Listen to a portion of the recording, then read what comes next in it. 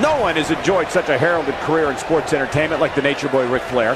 When WWE erects a physical Hall of Fame building, one could make the argument Flair deserves his own wing. Somebody's ego is going to be severely bruised after this submission match, guys.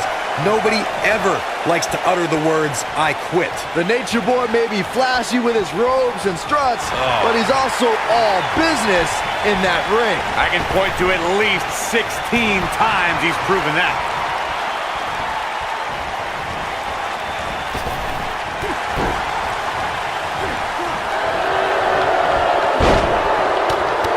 One of the things a superstar who's competing in a submission match has to be careful of is if they have an injury or have been injured in the past and people know about it.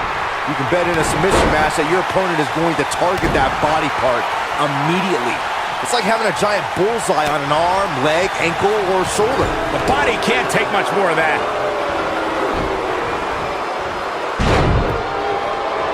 Byron, you brought up that a submission match can be especially dangerous for a competitor who's injured or had a known injury. I think that's why it's just as important as a submission match to be able to reverse the submission move from an opponent as it is to apply a submission maneuver to an opponent. If a superstar can't reverse an opponent's submission, then they're certainly going to be in trouble. Some superstars have more than one submission at their disposal, and it becomes a pick-your-poison scenario for their opponent. It also depends on the match. Some submission matches are based on winning via a submission move, and others involve a competitor having to use the specific submission they've chosen.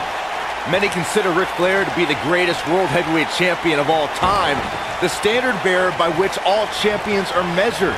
The Nature Boy also prides himself on being the dirtiest player in the game. Woo! Lands a quick punch. Just an unforgiving slam. Byron brought up Ric Flair's nickname as the dirtiest player in the game. Even though Flair is beloved, he knew when to cut corners, whether it be pulling tights, wearing brass knuckles, or calling in backup like the Four Horsemen. It's not cheating if you don't get caught, Cole. And Ric Flair rarely got caught. He may be the dirtiest player, he's also a winner.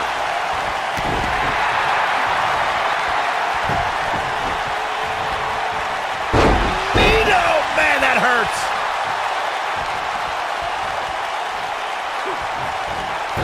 Pick the leg. Oh, man. That'll tear your hamstring.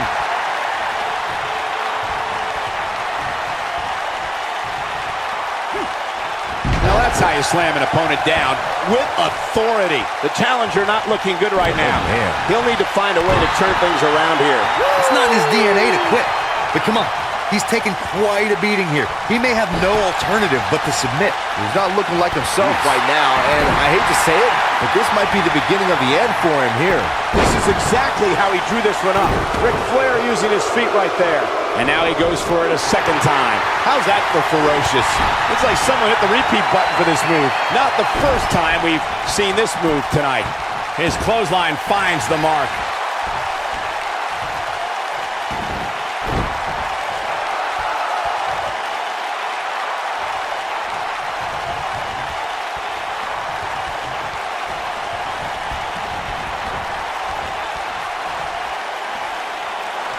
Most WWE champions had to overcome a single opponent to claim the biggest prize in the game. Some had to overcome a triple threat, a fatal four-way, or even 5 other men in the Elimination Chamber. But Ric Flair beat 29 other men to win his first WWE title at the 1992 Royal Rumble. Ouch, what a landing. He goes for the jaw. Oh boy, he is rolling. He's zeroing in on the arm now. Ric Flair needs to do something here to give him a little breathing room. This is just getting worse. Michael mentioned Ric Flair's performance at the 1992 Royal Rumble. He literally outlasted everyone since he entered the match at number 3 as the first 2 entrants fought and was there to toss out the final competitor as well. That's true, Saxon. It's impressive to win the Rumble at any spot, but Ric Flair was in there with every single competitor and outlasted them all. It was a performance truly worthy of the WWE Championship. Ooh! The WWE Universe witnessed a classic submission match at 2016's Extreme Rules event. The Queen, Charlotte Flair, defended her Women's Championship against Natalya. The one thing I thought was unfair about the match is that there was a ban against the Nature Boy Ric Flair being at ringside. If Flair appeared, Charlotte would lose the match and her women's crown. Going for an encore here. He hits him with the knee. He's looking to stretch him from one end of the ring to the other. Here you spoke of the submission match between Charlotte Flair and Natalya, and I need to point out that this match was not Flair's figure 8 versus Natalya's sharpshooter. Victory could be achieved by making your opponent tap out to any submission maneuver. I think we all know why the Nature Boy was banned from ringside.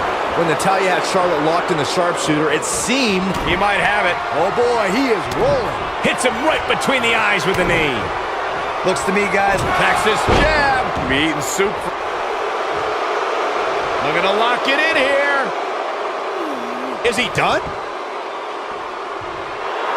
He broke out of it. Cole, how in the world did he find the energy to do that?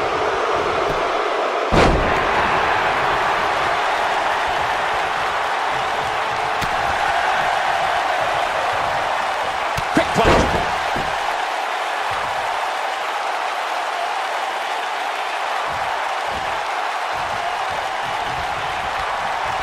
Ouch, the low blow. It was right here in New Orleans that Paige defeated AJ Lee in her WWE debut to capture the Divas Championship, and you get the sense we'll be adding to that history by the time tonight's over. Ric Flair is getting a figure 4 leg lock. That's what he was looking for, Michael.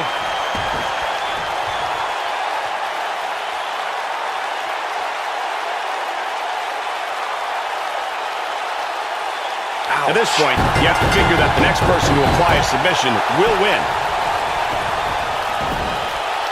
He had it locked up and made his opponent tap out.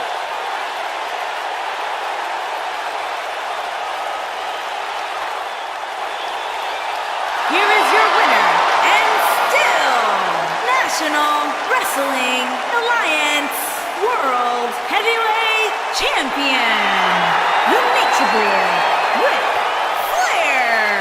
Put a check in the win column for Ric Flair. And talk about displaying a never-say-die attitude. It was as if winning was the only option here tonight.